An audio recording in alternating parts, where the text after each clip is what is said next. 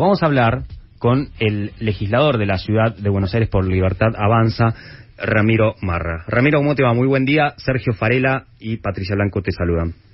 ¿Cómo estás? Muchas gracias por el llamado.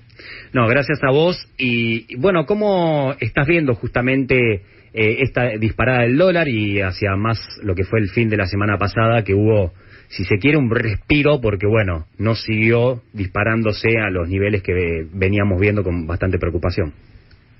Bueno, la verdad que todo esto es un desenlace de una historia que nosotros venimos contando hace tiempo. La realidad que hablamos del dólar, pero siempre vale aclarar que tenemos que hablar del peso. Una emisión monetaria desenfrenada. Fijémonos a los niveles que tuvieron que subir la tasa de interés para tratar de tener una tasa de interés real. Quiere decir, una tasa de interés por arriba de la inflación. Estamos hablando de una tasa nominal anual del 91%. Recuerden lo que decían estos mismos técnicos y estos mismos dirigentes políticos que ahora están en el gobierno cuando el gobierno de Macri subió las tasas a un 40%. Claramente era lógico que pasen todas estas circunstancias. Si vemos las últimas semanas, el dólar se fue acoplando al valor de nuestra moneda, el peso. Ramiro, ¿para vos el dólar blue hoy está caro? Para mí, el dólar está en el precio que está. Yo tomo de referencia el contado con liqui, el dólar blue, porque el dólar se establece entre la oferta y la demanda. ¿Cuál es el problema? El problema es cuando alguien empieza a intervenir en el precio. O sea, para mí el precio es el precio de mercado, no es caro o barato, es su precio. O sea, ¿cuestionás la decisión del gobierno, puntualmente del ministro Massa, de haber intervenido junto al Banco Central comprando a través de reservas para frenar esta escalada? ¿Con qué dólares los compró y intervino al mercado? Esa es la pregunta. Y tenemos entendido que con las reservas. ¿Hay reservas entonces? No sé, te estamos preguntando a vos, contanos. No, le respondo con preguntas, sí, para que se den cuenta de las contradicciones que tienen en su propio modelo monetario económico. Por un lado dicen que no hay reservas y por el otro lado intervienen. Aparte, las reservas están para intervenir un tipo de cambio. O sea, ¿qué están regalando los dólares de los argentinos? Es preocupante eso. Simplemente porque a ellos no les gusta el tipo de cambio, porque el tipo de cambio se determina por la oferta y la demanda, por la decisión de la gente que tiene pesos y que decide pasarse a dólares. Está mal que utilicen el fondo de reserva, que es el concepto, para administrar ese tipo de cambio. No están respetando la decisión de los individuos. Ahora, yo te pongo el foco en el dólar, ¿no? Ahora, por lo que habló el propio Milei, ¿no? Cuando disparó el tema de la dolarización de la economía en la República Argentina, muchos, me incluyo, nos preguntamos, bueno, ¿cómo es eso? ¿Qué panorama se plantea ante un eventual escenario de esas características? Que voy a empezar a cobrar en dólares, los precios van a estar en dólares. ¿No es una política ambiciosa, casi imposible de llevar a la práctica? No, creo que es una realidad.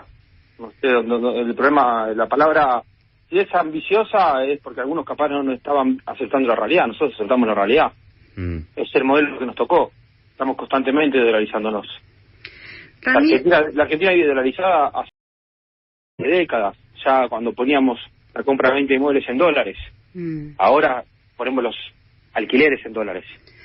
Ramiro, la vicepresidenta apareció el jueves pasado en el Teatro de La Plata, donde habló de economía, hizo foco en las propuestas de Milei. Vos pertenecés a ese espacio. ¿Qué te pareció su aparición y, en todo caso, por qué entendés que la vicepresidenta decide confrontar con Milei? Bueno, porque estamos en la contraposición de todo lo que ella opina y se demostró los desconocimientos económicos que tiene en todas sus declaraciones en términos técnicos. En términos políticos también estamos enfrentados a ella. Así está la Argentina por culpa de que ella no entiende nada de todo lo que habló el otro día. ¿Pero Juntos por el Cambio no está confrontando con ella? Y parece que no, si opinan bastante parecido. Por algo hablo de nosotros. Por eso te pregunto, ¿el escenario sería poder llegar a un 1-1 en un eventual balotaje entre Milei y el Frente de Todos, relegando la posición de Juntos por el Cambio? Nosotros aceptamos siempre la oferta y la demanda. Vamos a jugar el balotaje contra quien corresponda. Si la gente decide que sea contra el kirchnerismo, será contra el kirchnerismo. Si decide que sea contra Juntos por el Cambio, será Juntos con el Cambio. No estamos proyectando diferentes escenarios o estrategias. Lo que sí salió en evidencia el otro día es que la vicepresidenta estaba muy nerviosa porque viene un espacio político que la confronta ideológicamente muy fuerte y no de manera de una falsa grieta como lo hizo Juntos por el Cambio a lo largo de las últimas décadas. ¿Crees que efectivamente el alza en las encuestas de la figura de Milei, digamos, todo ese apoyo va a terminar convirtiéndose en votos y sobre todo no solo en la figura de Milei, sino dentro, digamos, para dentro del partido con una estructura que, bueno, no tiene al nivel de los otros partidos nacional, políticos? ¿Por qué no estamos al nivel de los otros partidos políticos? Contame, quizás porque no son un partido nuevo y no tienen la fuerza en cada provincia para, por ejemplo, controlar los votos en un sufragio. Ya conseguimos casi el 50% de los fiscales subiendo un formulario en las redes sociales y haciendo que la gente se sume. Vamos a tener seguramente más fiscales que cualquier espacio político. Y si es de estructuras partidarias, prefiero no tener estructuras partidarias que después haya que pagarles con cargos políticos. O sea, para ustedes no es una preocupación el control del sufragio, digo, por esto que planteaba Patricia, no le temen a ningún tipo de maniobra. Vos sabés que muchas veces se han hecho denuncias de ese tipo de cara a las elecciones, ¿no? Por no tener esa estructura. Nosotros tenemos la suficiente estructura para poder defender los votos. La mayor estructura que tenemos, lo dijeron ustedes, es el apoyo de la gente. No es una estructura política. Ramiro, es una estructura social la que banca nuestras ideas. Te quería preguntar sobre la situación política en la ciudad de Buenos Aires. Hoy el diario La Nación publica como que hay un pacto si se quiere denominar así, ¿no? Un pacto electoral, al menos lo plantea el colega que escribió en La Nación, es Matías Moreno, entre lo que tiene que ver sectores de Juntos por el Cambio, encolumnados detrás de Jorge Macri, y concretamente los libertarios en la ciudad de Buenos Aires. No, ¿cómo vamos a tener un pacto electoral si no estamos entre un pacto político? No, habla de un pacto de no agresión, ¿no? No hay ningún pacto de no agresión. O sea, que capaz es la gente de la reta que está haciendo esas declaraciones justificando su pacto con el radicalismo. Es cuestiones de su espacio político, que no nos metan a nosotros en el medio. Si la reta decidió cerrar un acuerdo con el radicalismo, que diga que es radical y que se haga cargo, pero que no trate de generar otro tipo de pactos cuando los pactos los tiene él. Yo te quería preguntar un aspecto que va por fuera de lo económico y que tiene que ver con la ciudad de Buenos Aires y del cual muchas veces se habla, se pone en debate, que tiene que ver con la protesta social. Vos sabés muy bien que todas las semanas se publican que ya van 300 cortes de calle en lo que va del año y demás. Yo no las considero protestas sociales, lo que está diciendo vos. Yo lo considero piquetes. ¿Y qué solución le darían eventualmente a esos piquetes? Porque es una realidad, digamos, ustedes. A piquetes, aplicar la ley. Artículo 194 del Código Penal, artículo 14 de la Constitución Nacional. El que no cumple una ley tiene que cumplir su sanción. Al que corta la calle de manera sistemática, en horarios picos, en lugares céntricos, preso. No hay negociación. Y no se teme que haya un desborde. La ley no se negocia.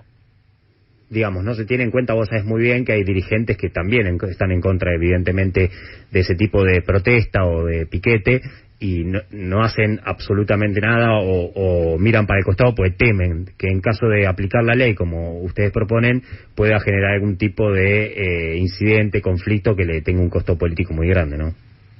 ¿Ustedes están dispuestos a pagar ese costo político? ¿Costo político en qué sentido? ¿Costo político electoral? No, vos sabés muy bien que ha pasado, sin ir más lejos, a Duhalde le costó con lo de Costecchi y Santillán. Bueno, pero me parece que si hay gente que articuló mal la ley, también tiene que cumplir su sanción. O sea, no podemos, por una circunstancia en particular, que nos dolió a todos los argentinos, parar a las fuerzas de seguridad.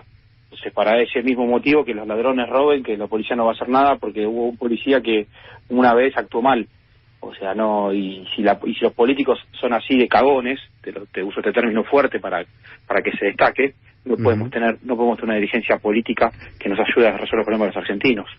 Con miedo no se ejerce la política, se ejerce con convicción. que es diferente. Ramiro, te hago una consulta que es una inquietud que tienen muchos ciudadanos a la hora de pensar votar. Cuando el partido de Milei o vos ahora decís que los políticos son unos cagones y ustedes juegan dentro de la política y de hecho desde la política quieren generar un cambio, ¿no es una contradicción en sí misma? No. Perdón por generalizarlo, porque estamos haciendo una entrevista a radio. Sí, por eso te lo pregunto para que nos lo expliques. No, porque nosotros no somos políticos tradicionales. Así que te agrego la palabra tradicionales para diferenciarnos.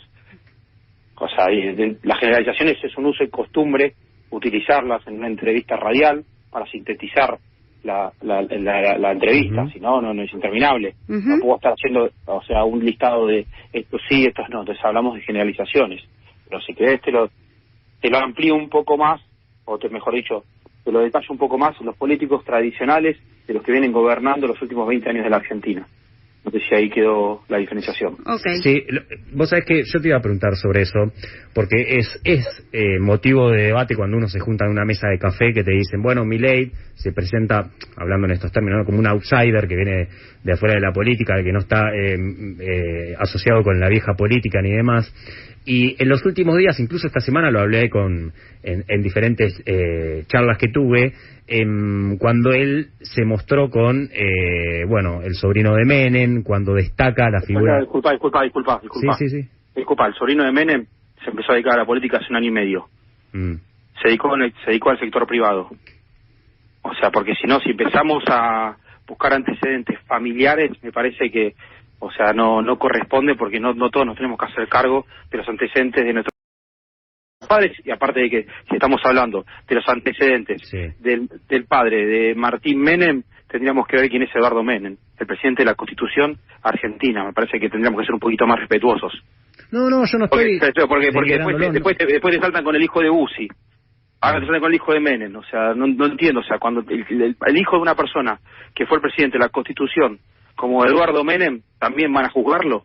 Hay un momento donde, no es un tema. Nosotros no estamos pidiendo antecedentes familiares para sumarse a nuestro partido político, ni antecedentes políticos. Es algo que buscamos, gente que quiera cambiar la realidad. Nosotros decimos que la casta es el que no quiere cambiar el status quo. Cualquiera que se suma a este espacio político, te aseguro que está saliendo de su lugar de comodidad. Estoy seguro que a Martín Menem lo quieren adentro de Juntos por el Cambio. Y Ramiro, ¿no fue un error mantener, no es que no fue un error, digamos, vos no sé cómo lo viste, el hecho, esta semana también, al responderle a la vicepresidenta Milei, destacó la figura de Domingo Cavallo?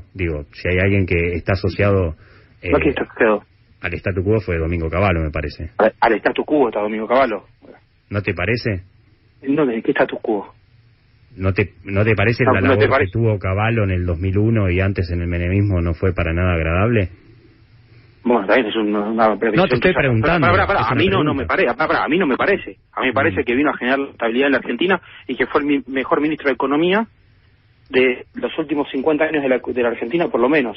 Y no la juzgo más para atrás porque me parece que no hay comparación.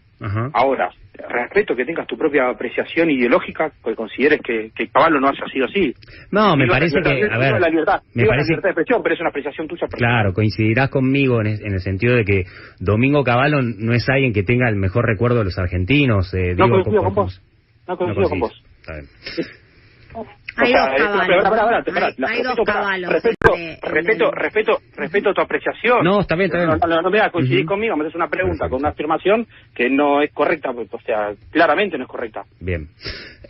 Ramiro, nada, queríamos agradecerte, obviamente siempre con ánimo de generar el debate y saber cómo piensan y qué propuestas tienen los candidatos, que seguramente más hacia lo que tiene que ver con la fecha electoral tenemos que ir resolviendo. Dale, igual, gracias por la entrevista y siempre recuerde que lo importante no son los candidatos, sino son las ideas. Nosotros somos el liberalismo. Las ideas de la libertad siempre predominan en nuestro espacio. Muchas gracias. A vos, buen domingo. Bueno, hablábamos con Ramiro Marra, legislador de la Ciudad de Buenos Aires por Libertad Avanza. Pato. Solo para aclarar, cuando él dice Eduardo Menem, presidente de la Constitución, se refiere a que Eduardo Menem, hermano del expresidente e importante senador durante ese mandato, fue el presidente de la Convención Nacional Constituyente que reformó la Constitución. Para que quede claro en esta alocución que hizo para aclarar.